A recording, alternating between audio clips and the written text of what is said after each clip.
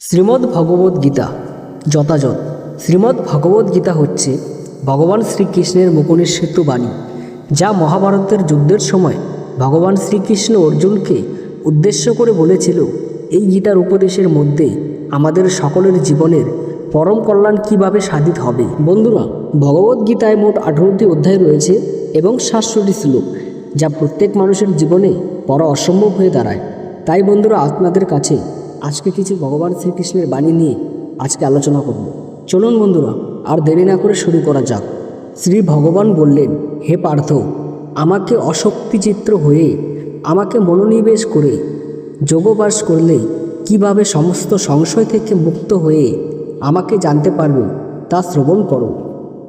আমি এখন তোমাকে বিজ্ঞান সম্বন্ধিত এই জ্ঞানের কথা সম্পূর্ণরূপে বলবো, যা জানা হলেই এই জগতে আর কিছু জানবার বাকি থাকে না।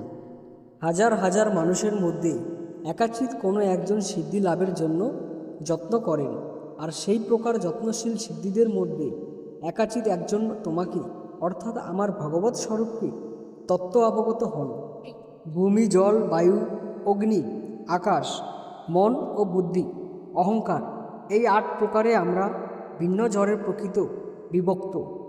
হে মহাবাহু, এই নিকৃষ্টা প্রকৃতির ব্যতীত আমার আরেকটা উৎকৃষ্ট প্রকৃতি রয়েছে। সেই প্রকৃতির চৈতন্য স্বরূপা ও জীবভূতা, সেই শক্তি থেকে সমস্ত জীব নিশ্চিত হয়ে এই জগৎকে ধারণ করে আছে। আমার এই উভয় প্রকৃতি থেকে ঝড় ও চেতন সব কিছুই উৎপন্ন হয়েছে। নিশ্চিতভাবে জেনে রেখো যে আমি সমস্ত জগতের উৎপত্তি প্রলয়ের মূল কারণ। হে ধনঞ্জয়, আমার থেকে শ্রেষ্ঠ আর কেউ নেই। সূত্রে যেমন মণিসম্র গাদা থাকে, তেমনি সমস্ত বিশ্বাস আমাকে ওতপ্রোতভাবে অবস্থান করে। হে কুন্তীয়, আমি জলের রস, চন্দ্র ও সূর্যের প্রভা, সর্ববেদের প্রণব, আকাশের শব্দ এবং মানুষের পরশ। আমি পৃথিবীর পবিত্র গন্ধ, অগ্নির তেজ, সর্বভূতের জীবন এবং তপস্বীদের তপ। হে পার্থ, আমাকে সর্বভূতের সনাতন কারণ বলে জানবে। আমি বুদ্ধিমানের বুদ্ধি এবং তেজস্বীদের তেজ। আমি বলবানের কাম ও রাগ, বিবর্জিত বল এবং ধর্মের অবিরোধী কামরূপে আমি প্রাণীগণের মধ্যে বিরাজমান। সমস্ত সাত্ত্বিক ও রাজসিক ও তামসিক ভাবসমূহ আমার থেকে উৎপন্ন বলে জানবে। আমি সেই সকলের অধীন নই, কিন্তু তারা আমার শক্তির অধীন।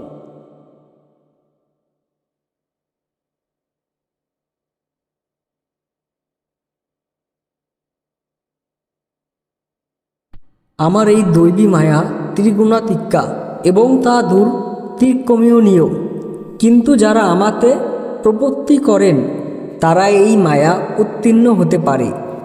মূঢ় নরধম মায়ার দ্বারা যাদের জ্ঞান অপহত হয়েছে এবং যারা আসরিক ভাবসম্পন্ন, সেই সমস্ত দুষ্কৃতীরা কখনো আমার শরণাগত হয় না। হে ভরতশ্রেষ্ঠ অর্জুন, আর্থ অর্থার্থী, জিজ্ঞাসু ও জ্ঞানী, এই 4 প্রকার পুণ্যকর্মা ব্যক্তিগণ আমার ভজনা করেন।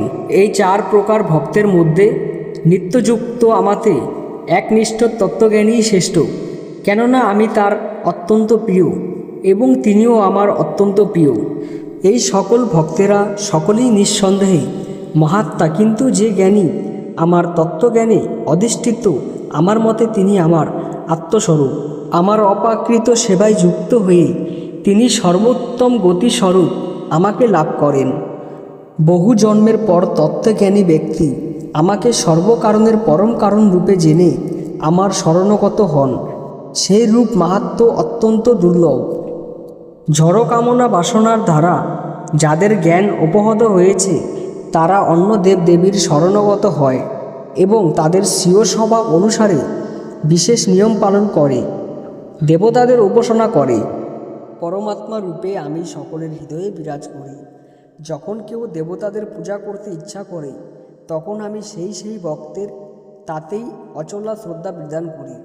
সেই ব্যক্তি শ্রদ্ধাযুক্ত হয়ে সেই দেবতার আরাধনা করেন এবং সেই দেবতার কাছ থেকে আমারই দ্বারা বিহিত কাম্য বস্তু অবশ্যই লাভ করেন। অল্প বুদ্ধি ব্যক্তিদের আরাধনা লব্ধ সেই ফল অস্থায়ী। দেবপাশগণ দেবলোক প্রাপ্ত হন, কিন্তু আমার ভক্তেরা আমার ধামে প্রাপ্ত হয়। বুদ্ধিহীন মানুষেরা যারা আমাকে জানে না মনে করে যে আমি পূর্বে অবক্ত নির্বশেষে ছিলাম, এখন ব্যক্তিত্ব পরিগ্রহ করেছি, তাদের অজ্ঞতার ফলে তারা আমার অব্যয় ও সর্বোত্তম পরম ভাব সম্বন্ধে অবগত নয়। আমি মূঢ় ও বুদ্ধিহীন ব্যক্তিদের কাছে কখনো প্রকাশিত হই না। তাদের কাছে আমি আমার অন্তরঙ্গ শক্তি যোগমায়ার দ্বারা আবৃত থাকি, তাই তারা আমার অজ ও অব্যয় স্বরূপকে জানতে পারে না। হে অর্জুন, পরমেশ্বর ভগবান রূপে আমি অতীত, বর্তমান ও ভবিষ্যৎ সম্বন্ধে সম্পূর্ণরূপে অবগত। আমি সমস্ত জীব সম্বন্ধে আমি জানি, কিন্তু আমাকে কেউ জানে না। হে ভারত, হে পরন্তপ, ইচ্ছা ও দেশ থেকে উদ্ভূত দ্বন্দ্বের দ্বারা বিভ্রান্ত হয়ে সমস্ত জীব মহচ্ছন্ন হয়ে জন্মগ্রহণ করে। যে সমস্ত পুণ্যবান ব্যক্তির পাপ সম্পূর্ণরূপে দূরভূত হয়েছে এবং যার দ্বন্দ্বমোহ থেকে মুক্ত হয়েছেন, তারা দৃঢ় নিষ্ঠার সঙ্গে আমার ভজনা করেন। যে সমস্ত বুদ্ধিমান ব্যক্তি জরা ও মৃত্যু থেকে মুক্তি লাভের জন্য আমাকে আশ্রয় করে যত্ন করেন, তারা প্রকৃতপক্ষে ব্রহ্মভূত, কেননা তারা অধ্যায়তত্ত্ব ও কর্মতত্ত্ব সর্বকিছু সম্পূর্ণরূপে অবগত। যারা অধিভূত তত্ত্ব, অধিদৈব তত্ত্ব ও অধিযোগ্য তত্ত্ব সহ আমাকে পরমেশ্বর ভগবান বলে অবগত হন, তারা আমাকে অশক্ত চিত্ত, এমনকি মরণকালেও আমাকে জানতে পারেন। জয় শ্রীকৃষ্ণ। রাধে রাধে। বন্ধুরা, আমাদের ভিডিওটি ভালো লাগলে লাইক এবং সাবস্ক্রাইব করে কমেন্ট করে জানাবেন। জয় শ্রীকৃষ্ণ। রাধে।